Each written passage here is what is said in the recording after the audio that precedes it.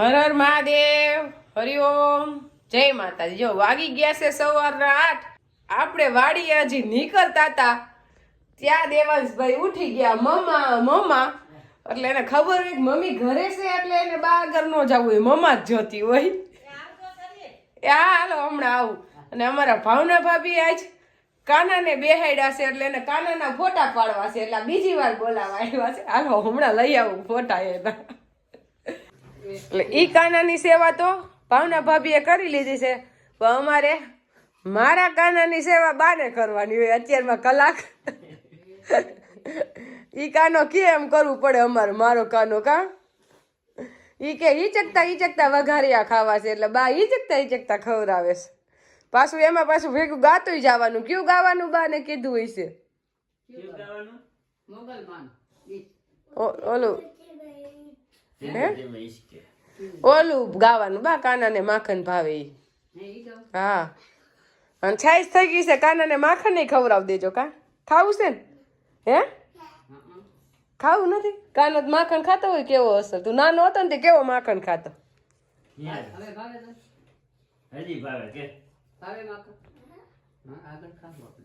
બાને કે ગીત ગાવ, કાનાને માખણ ભાવે કે તો દેવાંશ કે તો જ બા ગાય, નકર નો ગાય। નંદા બાબા ને માતા યશોદાજી સાંભળે, મૈની મટુકી મારી રહી ગઈ, મમતાની મૂર્તિ મારી રહી ગઈ ગોકુળમાં। છપ્પન ભોગાયા ધરાય છે મજાના, માખણ ને મિશ્રી મારી રહી ગઈ ગોકુળમાં। અને બા હે ને સત્સંગમાં રોજ જાય, પણ ગાય નો હકે। જ્યાં અમારે સત્સંગમાં ભાગવત વાંચે, રામાયણ વાંચે, પણ એ તો બધાને બાવા જ ન હોય, પણ જાવ ને એટલું બહુ સારું કહેવાય। કારણ કે રોજ કલાક 1.5 કલાક અમારે અહીંયા બધા સત્સંગમાં જાય જ એમ। અને અમારો દેવાંશે જાય, પણ એ તો પ્રસાદિયા ભગત છે। કા હે અરે પછી છેલ્લે ત્યાં કેમ બોલે? પ્રસાદ ખાવાનું હોય તો શું બોલે? પછી શું બોલે? જે ભગવાન પ્રસાદ હોય મારા હાથમાં, ખાવાનું મન થાય, પ્રજા હોય મારા રામ ની તો પટ મોઢામાં જાય। એમ કરે કા દેવાંશ? સત્સંગમાં એવું કરવા દેવાંશ રોજ જાય પ્રસાદ ખાવા। જો મોર ખાઈ જાય, તો તું બધાય ની હાકર ખાઈ જા। ઈ તો બધું ઠીક, પણ હે ને માવતર ભેગા રહેતા હોય ને તો છોકરાને ઉપાધિ ન હોય। એની રીતે એને રહીમાં રાખે અને બા એને રમાયા રાખે, કઈ માથાકૂટ નહીં, એટલે માવતર ને એને ભેગા રાખે તો વધારે સારું। જેને ભેગા માવતર હોય ને એ બધા સુખી જ હોય, કઈ પ્રશ્ન જ ન રહે। હવે જો ઉઠીને સંભાળી લે બા, ઉપાધિ જ નહીં। હા કા દેવાંશ, તને બા ગમે કે ન ગમે? હે દેવાંશ હજી રાત નહીં, અત્યારે પેલા મારી પાસે આવે, પછી બા પાસે વયો જાય, પાછો 11 વાગે મારી આગળ આવે। મારે બા ભેગું હોવું છે।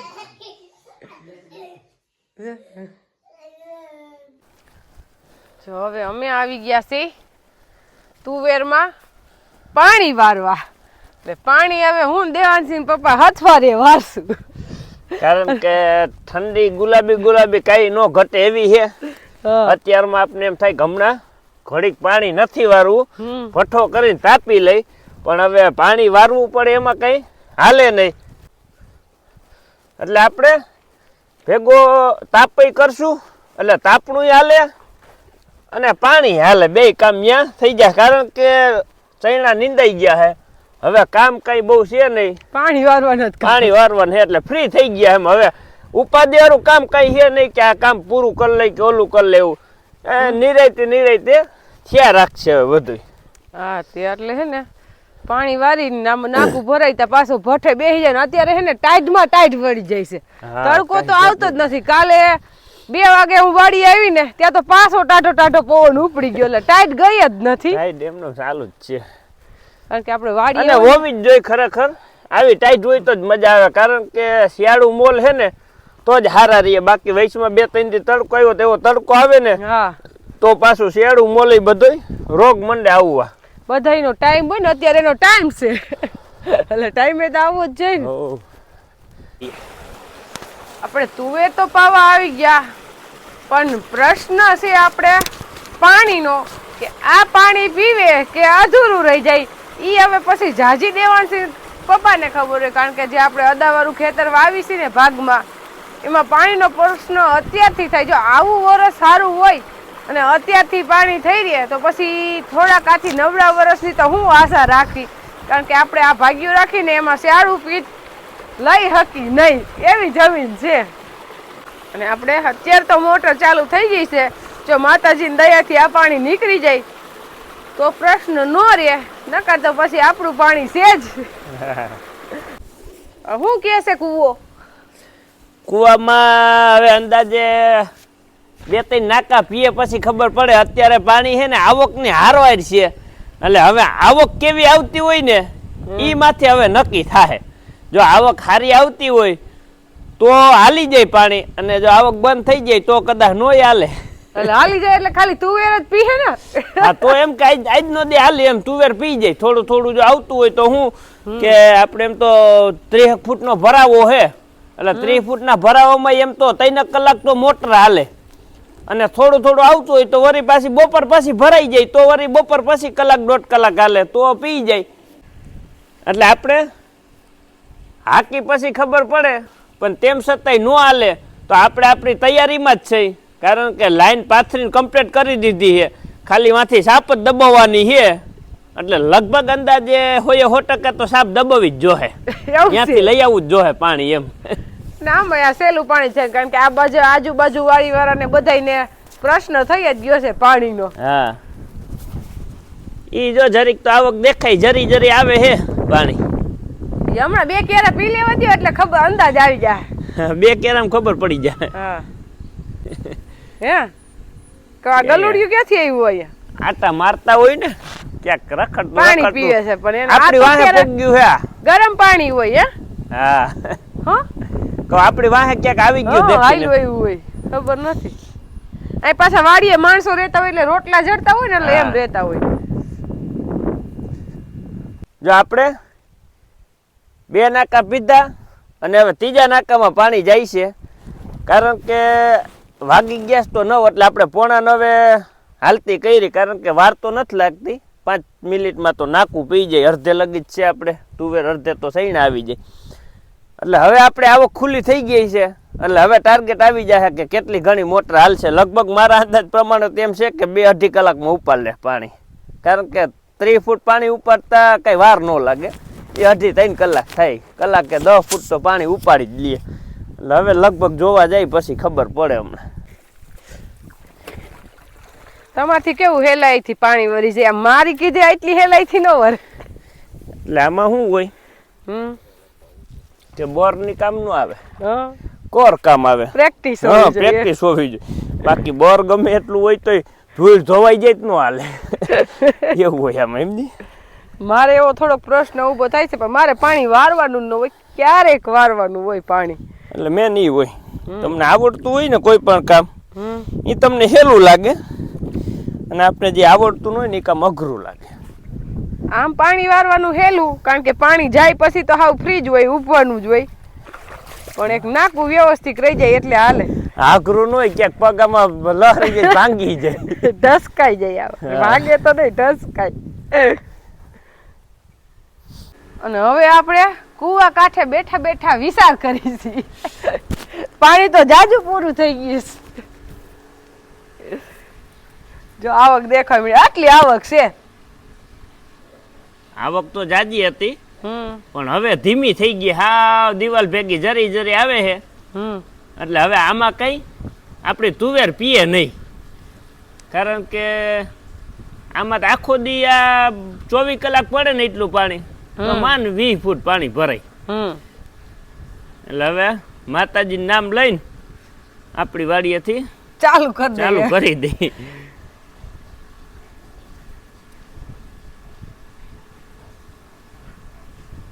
ગયું પાણી ગયું. હવે જે આપણો કુવો તો ઉપર છે. હા અહીંયા વાંધો નહીં આવે. હજી અહીંયા માથે દઈ આવે અને આ આપણે ખેતર વાવવાનું રાખ્યું છે એનો મેઇન પ્રશ્ન ઈ જ છે કે આપણું પાણી છે એટલે નકર આમાં કઈ થાય નહીં તો જ પોહાય, નકર તો આટાને પાણી થઈ રહીએ હા તો પછી હેરાન થઈ જાય એમ. મહેનત કરી કરીને છેલ્લે કાઈ ન રહે ને. અત્યારે આ બધી આવી તુવેર ઊભી, ચણા વાવ્યા છે, અત્યારથી પાણી ન હોય એટલે કાઈ થાય નહીં. એટલે આપણું પાણી છે ને એટલે આપણે આ ખેતર વાવવું પોહાય છે. નકર આ ખેતર વાવવું પોહાય નહીં, કારણ કે માંડવીનું ઉત્પાદન તો આ વર્ષે સારું થયું, વર્ષે એવું ન થાય. અને આપણે લાઈન નું ભોડું તો જો અહીંયા પોગાડી દીધું હે.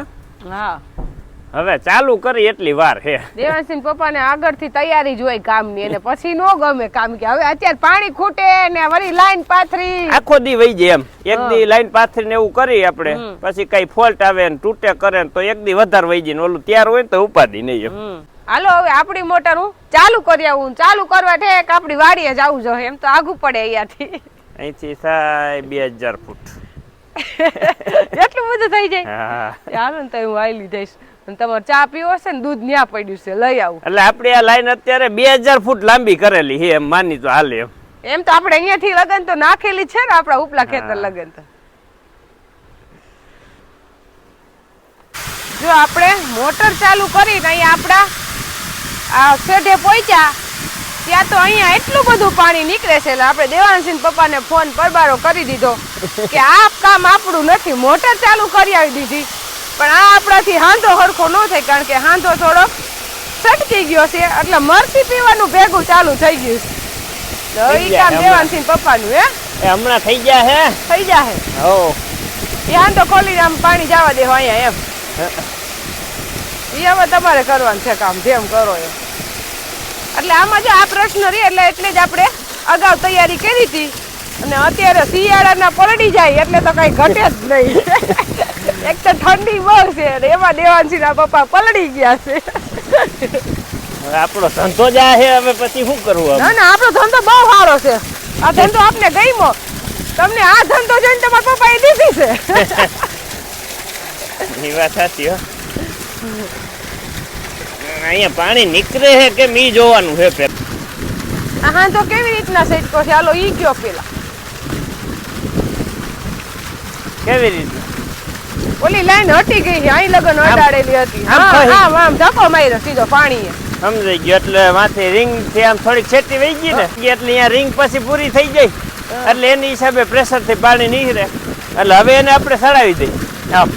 હા એમ સડાવીને પછી ટાઈટ બાંધી દ્યો. હા હું આથી ઉપાડું, તું આમ સડાવી ખેંચી લે. જો હવે આપણે પાણી તો ચાલુ થઈ ગયું તું, પણ જરીક આપણો હોસ પાઇપ નબળાને હિસાબે હોસ પાઇપ ફાટી ગયો, એટલે પાણી અત્યારે બંધ થયું. એટલે આપણે લેવા જાવ જો હોસ પાઇપ. પણ હવે અત્યારે નાનજી બાપા ચા મૂકે છે. પેલા કીધું કહુંબા પાણી પીતા જાય, પછી જાય જો નાનજી બાપા મૈંડા તૈયારીઓ કરવા. જો હવે મૈંડી ધૂપકી પડવા કા નાનજી બાપા? હા હવે ઠંડી છે, ટાઢોળાનો સા હારો. બે હારું, જો સાનો સાય હારો અને ભઠ્ઠોય હારો.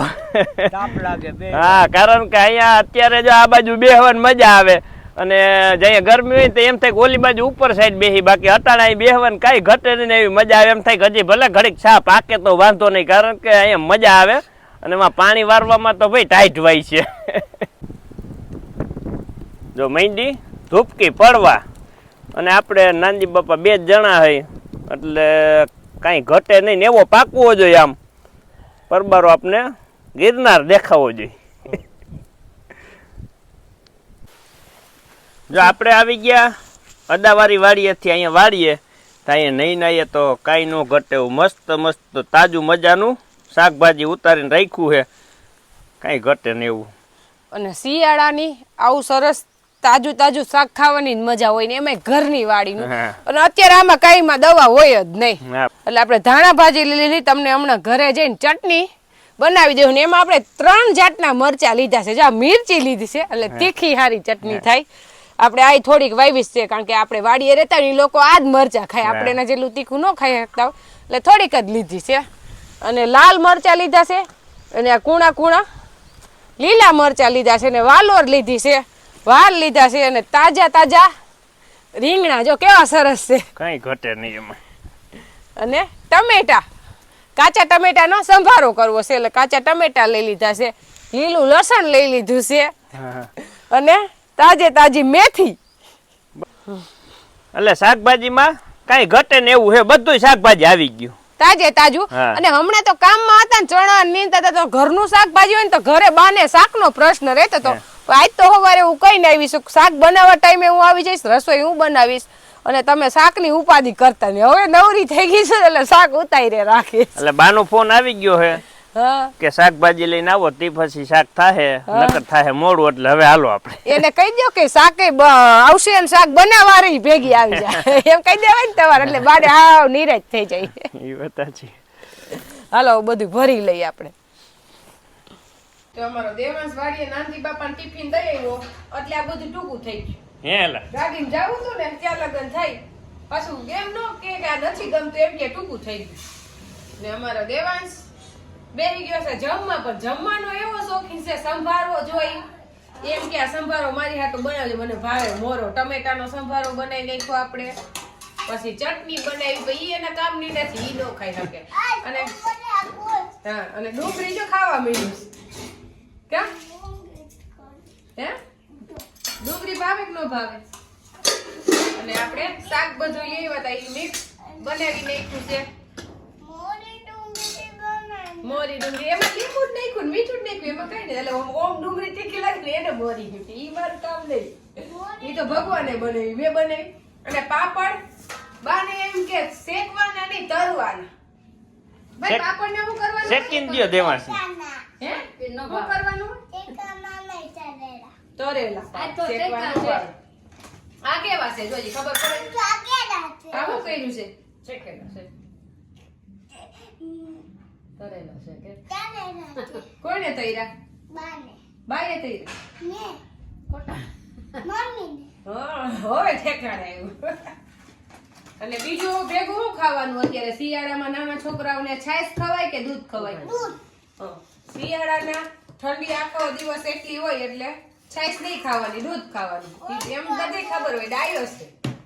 હે હાલો પેલું ગોળે જોઈએ જ ભેગો પાછો. હા ઉપેરો ગાંગો. હમણાં શું ઓલો કર દો પટકા હો. આ નાનો નાનો ગાંગો લે.